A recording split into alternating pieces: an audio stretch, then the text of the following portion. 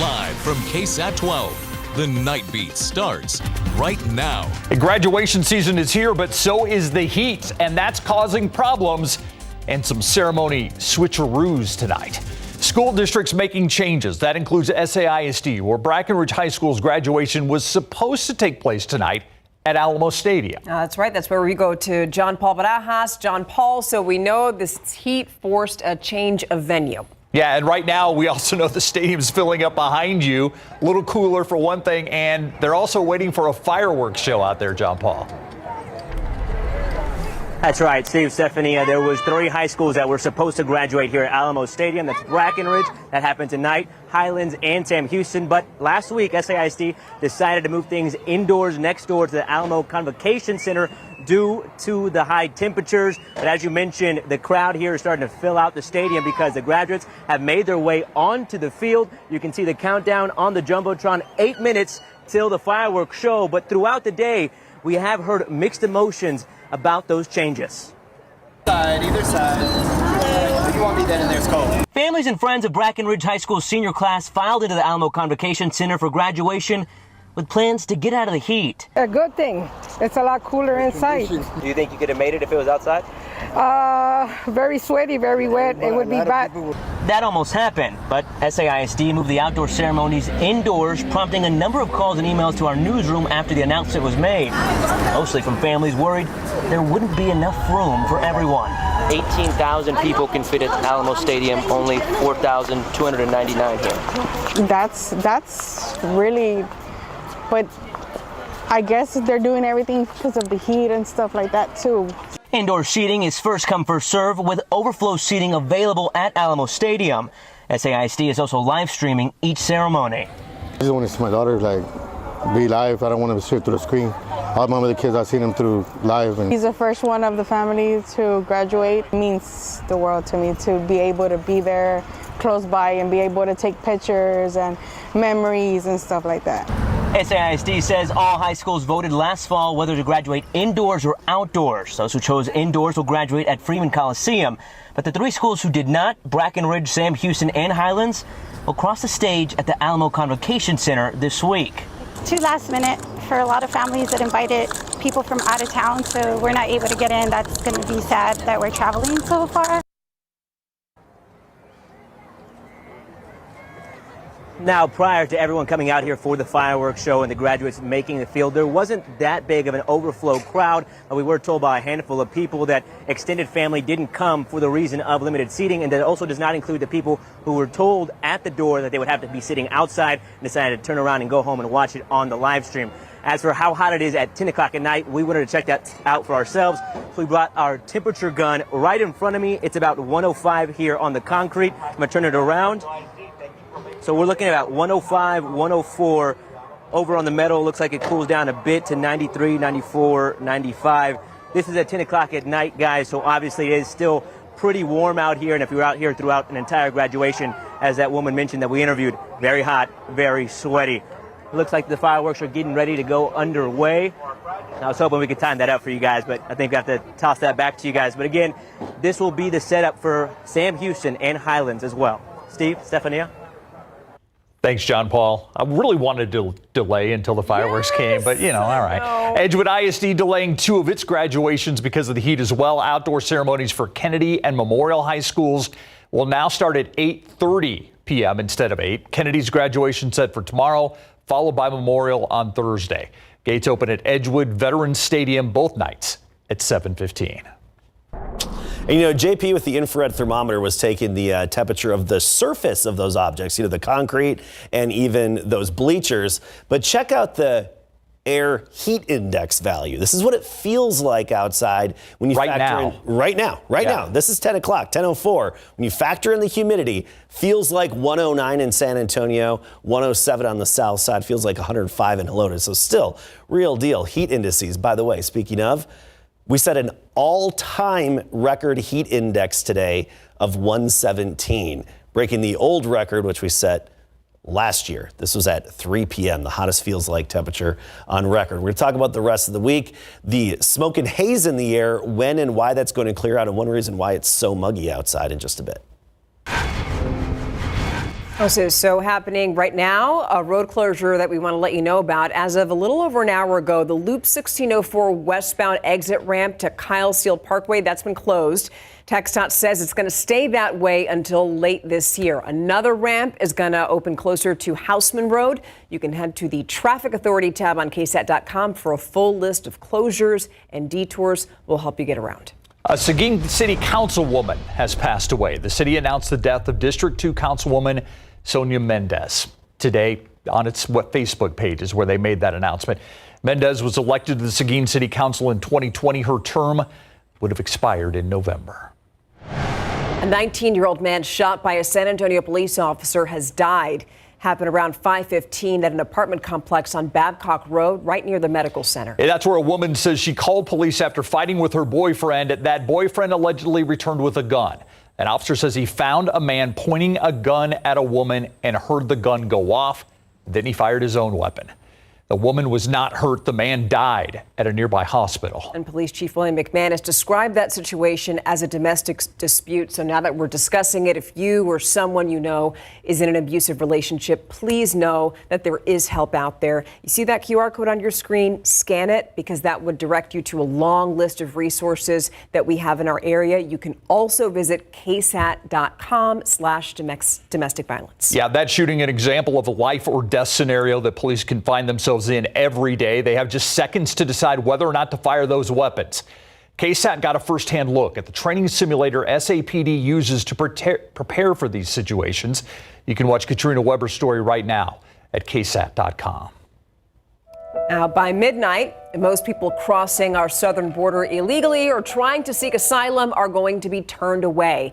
That's part of President Biden's new executive order, which he says is to, quote, gain control of the U.S.-Mexico border. Here's a few highlights of some of that policy. Yeah, that move basically caps the number of people who can seek asylum at the U.S.-Mexico border once a certain number have already come through. Yeah, and under the new policy, after 7 straight days of more than 2,500 people being stopped at the border, anyone claiming asylum after that will be turned away. That's supposed to change once the amount of people who are stopped drops down to less than 1,500 a day for 2 weeks straight. And that hasn't happened for a few years, by the way. Now, there are some exceptions to this policy. Unaccompanied children, those would not be turned away. The new order also only applies to, quote unquote, unscheduled arrivals. So what that means is that migrants who make an appointment can still continue to go ahead and claim asylum. Yeah, and they can actually do that by using the CBP One app. It's an app you download on your phone, and you can use it to set a time to arrive at the port of entry. President Biden says the new order is to emphasize legal immigration. But tonight, Republican leaders are asking why the president took so long to do this. Yeah, they claim that it's a political move right ahead of the November election.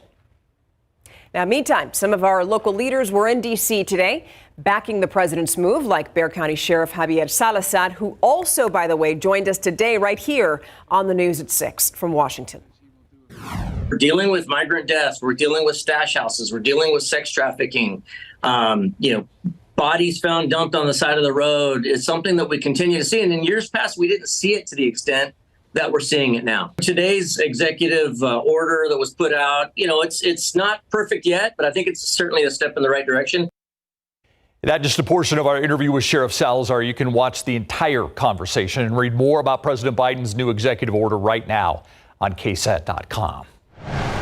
President Biden's order will be one of several issues taking priority when Claudia Sheinbaum is sworn in as Mexico's first ever female president later this year. Yeah, so we just mentioned she's the first woman to be elected Mexican president. But here's the thing. Female leadership isn't new to our southern borders. Listen to this. In Mexico, women make up 44% of its national cabinet. Now, you compare that to the U.S., where less than 30% of people in Congress are women.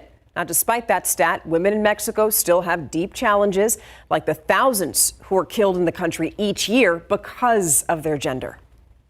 I'm really eager to see what Sheinbaum will do as it relates to the issue of femicide, because, again, that's a really pressing issue that underlines a lot of the concerns that we are seeing in our politics in the United States in terms of immigration and security.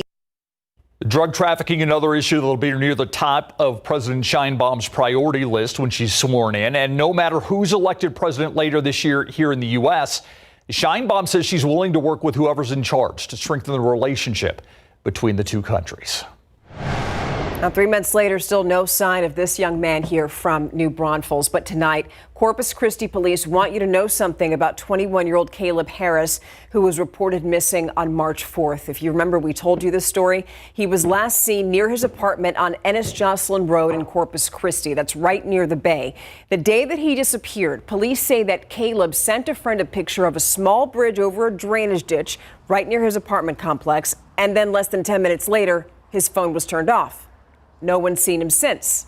Now today, police issued a new statement regarding reports of recent activity on Caleb's phone. And that statement reads in part, quote, although this activity may give the impression that Caleb has reactivated his cell phone, detectives are supremely confident that this is not the case, but instead it is simply the result of one of many investigative techniques currently being employed by the forensic computer examiners, end quote. Now, if you know anything about Caleb or where he might be, call the Corpus Christi Police Department. The number's on your screen. It's 361-826-2840. We want you to stick around because this is exciting. More businesses are calling San Antonio home, the latest manufacturing company to do so, also bringing hundreds of new jobs to the Alamo City. And we're going to take you to the groundbreaking of its brand new facility coming up.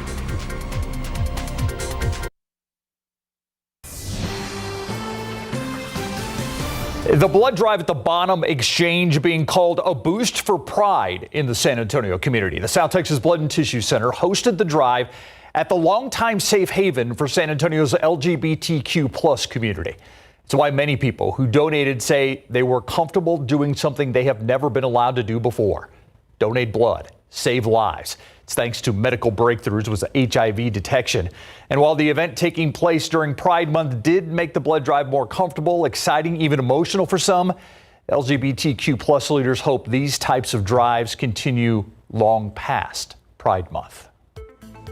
Have you ever wondered what happens to your blood after you donate it? Well, there's a KSAT Explains for that. Scan the QR code in the bottom corner of your screen right now to find out. There's an Explains episode for all kinds of topics. You can find those at the same place. So Toyota says it's still working on a fix for its latest recall. The issue? Debris. Yeah, debris that may have been left in the engine during assembly. Yeah, Toyota says that it can cause vehicles to lose power while driving. Now, the recall affects 100,000 Tundra pickup trucks and 3,500 Lexus LX 600 SUVs. If your vehicle's affected, you should get a letter by the end of the month. Steady, dig.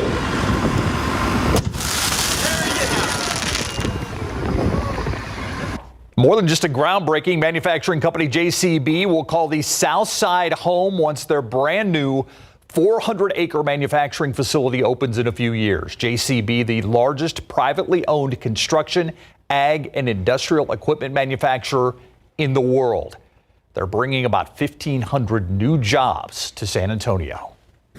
We're starting to work with the local education system to work on training programs and how to bring employees into this factory. Okay. Sorry, go ahead. So you're probably wondering, okay, when is this thing going to wrap up? Well, it's not going to be long until that factory is fully operational. The goal is to get everything underway by 2026. Yeah, and I was noticing all the people out there with their suits. I'm glad that this groundbreaking happened this morning. Yikes. Because this afternoon, it was record-breaking hot. Yeah, record-breaking hot in more ways than one. We talked about the all-time record heat index of 117, also a record high temperature today. The air temperature made it up to 103, breaking the old record by 3 degrees, and we're 12 degrees above average. The heat is on. Del Rio had a record high temperature today at 108, and 105 was the high in Pleasanton. Look at Carrizo Springs and Cotulla, 106. But of course, when you factored in the humidity, it felt like it was about 10 to 14 degrees warmer than that. Now, the next 7 days, still triple digits right near the century mark, give or take a degree. Notice by early next week, we should trim off just a few degrees. There are indications that a weak cold front may be on the way. So cross your fingers and hope that that verifies. And that's something we're going to be watching in the days ahead, because not only could it impact temperatures more significantly than that, but also humidity as well. I want to talk about the very thick haze today. Usually you can see downtown right here, the outline of the skyline. You couldn't today. And even if you looked straight up, it was a milky blue sky because of the smoke in the air from the annual agricultural burning in Mexico and Central America. And it was a little bit thicker today than yesterday. Tomorrow, it's going to linger around. You'll notice it. But as our winds start to shift by Thursday, especially Thursday afternoon, that's when the wind will start to push away that smoke and push it to the south and west of San Antonio. That's going to improve not just our visibility, but also our air quality a little bit. It's been unhealthy for those with sensitive respiratory systems. We'll see some improvements as that northerly wind takes shape. Now, that's also directly related to the upper level heat high. So it's actually doing us a little bit of a favor later this week and into the weekend, pushing that smoke away for a change. We'll actually have a blue sky, not a whitish blue sky. Then this moves away by early next week. That opens the door Monday into Tuesday for some disturbances and some upper energy to move in. Not only that, even the potential for that weak cold front at some point Monday or Tuesday. It's still up in the air. Should it move through sometime Monday or Tuesday? In turn, rain chances up to 20% by early next week. We have it just at 20 for now because, of course, these situations are never a slam dunk. Hopefully, we could raise those chances a little bit, assuming that front actually makes it here and doesn't stall to the north of us. Also, tomorrow, 20% chance of a shower or storm. We're watching storm development and organization in Oklahoma late tonight and early tomorrow, and we could have some of the very little bit of leftovers from it. All right, let's talk about the dew point. So 90 degrees, feels like 106, feels like it's 16 degrees warmer than the air temperature. Dew point 80 at San Antonio International. This is about as humid as it can get here. Of course, we have that wind coming off the Gulf of Mexico, which is our source of moisture in the air. But look at the water temperatures. 82, 83 degrees out there in the Gulf. And it's not just the temperature, but it's the temperature anomaly. How much above average? We're talking 2 to 2.5 degrees Celsius. That's about 4 degrees Fahrenheit above average for this time of year, which is pretty significant. And that just reinforces all that mugginess here. So tomorrow, it's going to be pretty much more of the same. 79 in the morning, low clouds early, and then the hazy sunshine into the afternoon. By 2 o'clock, 95, but feeling like 112. Feeling like it's close to 115 at 3 p.m. 100 the high temperature tomorrow, and notice that 20% chance later in the day and even in the evening. More of the same along the Rio Grande tomorrow, probably around 105 to 108. And then looking ahead, there's that little bit of hope for some storms early next week and a shift in our pattern. Check back for updates. We could see a big drop in humidity as well. 95 never looked so good. Well, imagine how it would feel compared to this. Yeah. We could be talking dew points back down in like the lower 60s then. So, yeah, let's hope. Take it. Meanwhile, a lot of our kids are going to camp, and so are the boys. Yeah, Cowboys started their mandatory mini camp today. Of course, all kinds of storylines. Who's there, who's not there, and a fantastic rookie class. We sent Mary Rominger, and she has more. Plus, out in Houston, it sounds like C.J. Stroud and Stephon Diggs of the Texans are forming a nice connection coming up.